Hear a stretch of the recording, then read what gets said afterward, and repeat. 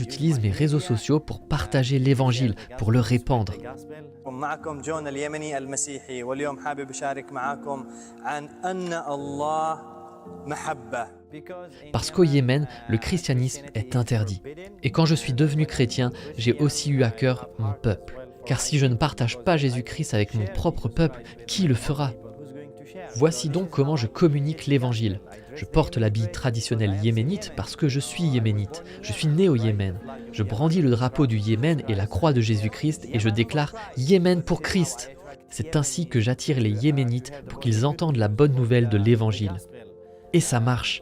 Louons le Seigneur Jésus. Tant de Yéménites ont entendu parler de l'évangile de Jésus-Christ et le Seigneur œuvre en arrière-plan. Il existe 3 catégories de persécution au Yémen pour les chrétiens, pour ceux qui quittent l'islam. La première catégorie, c'est votre famille qui vous persécutera. La deuxième, c'est la communauté. La troisième, c'est le gouvernement. Il est donc très difficile de devenir chrétien au Yémen. Mais Dieu est bon, il est puissant.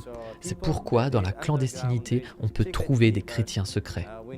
Nous devons prier pour eux, parce que leur vie est en danger. Dès qu'ils seront découverts par leur famille, leur communauté, le gouvernement, ils seront tués ou bien jetés en prison. Ma famille m'a renié. Ma famille, mes cousins, mes amis, les gens du village, les gens avec qui j'étudiais à l'université, même ceux venant d'autres villes. C'était une période très difficile pour moi. Mais j'ai le Christ. J'ai consacré ma vie à l'étude de la Bible. Et il y a un verset dans la Bible, en Matthieu chapitre 16, qui dit « Quel est l'avantage pour un homme de gagner le monde entier s'il perd son âme ?» Êtes-vous encore victime de persécution aujourd'hui ?